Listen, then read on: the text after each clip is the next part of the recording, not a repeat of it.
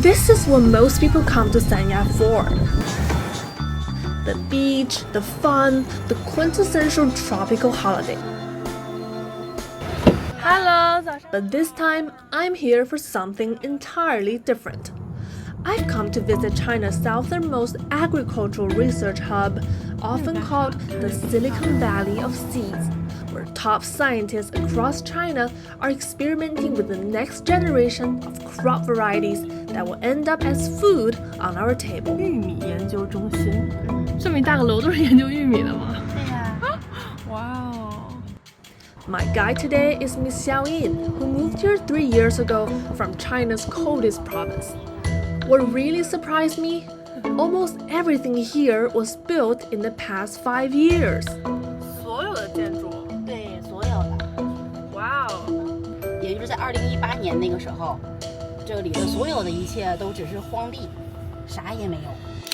Today is home to Yazhou-based Science and Technology City, a high-tech zone with 19 institutions focusing on agriculture and marine sciences. 都是涉农涉海的。 The first scientist I met is Dr. Han Tianfu 韩老师， at National Nanfan Research Institute of the Chinese Academy of Agricultural Sciences. Dr. Han is a humorous soybean expert who talks about crop varieties like people. 你知道我们的孩子呢，从小学、中学、大学都在我这完成了。然后呢？您说的是种子的爹妈还是人？种子爹妈。啊，爹。原来我们在原来的育种的，他那最 very much. Next, I meet his friend, Dr. Felix Decora, an esteemed African scientist, along with his African students. We're headed to the fields where they plant their experimental crop. These fields have long served as the winter breeding ground for Chinese agriculturalists. The most famous example is Dr. Yuan Longping, who developed rice varieties here that help feed the nation. But conditions used to be rough. Scientists rented local farmers' houses or built simple dorms. Today, with all these institutions established in headquarters here, it's a whole different world. Okay, how are you? The African people made in their field in China. Okay, we work together in China. Okay. To see In the field, Dr. Han shows us a soybean plant that's been growing for over a year. It's unusual for a crop typically harvested within a month. They can produce many seeds. As we talk, I learned that both men came from very humble beginnings.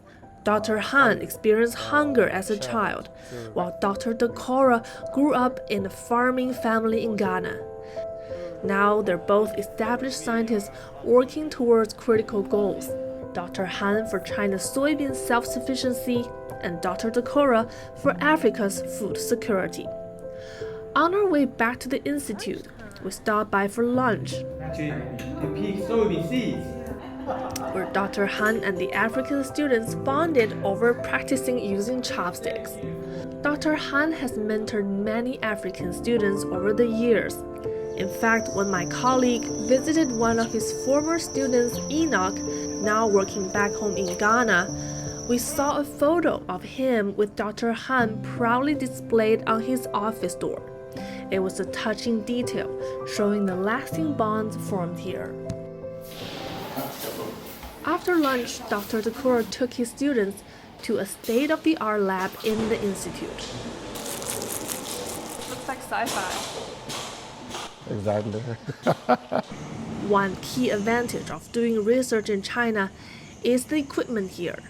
And Dr. Decora makes sure his students would take full use of that infrastructure. After the workday ends, eager learners head to Miss Xiao's Chinese class several times a week.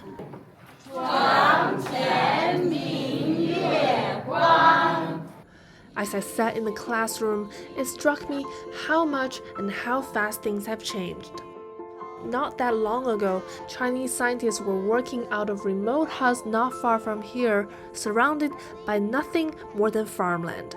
Now, in this brand new classroom, students from around the world are here learning Chinese to collaborate, to share knowledge, and to work towards growing enough food to feed ourselves, one of humanity's most basic needs.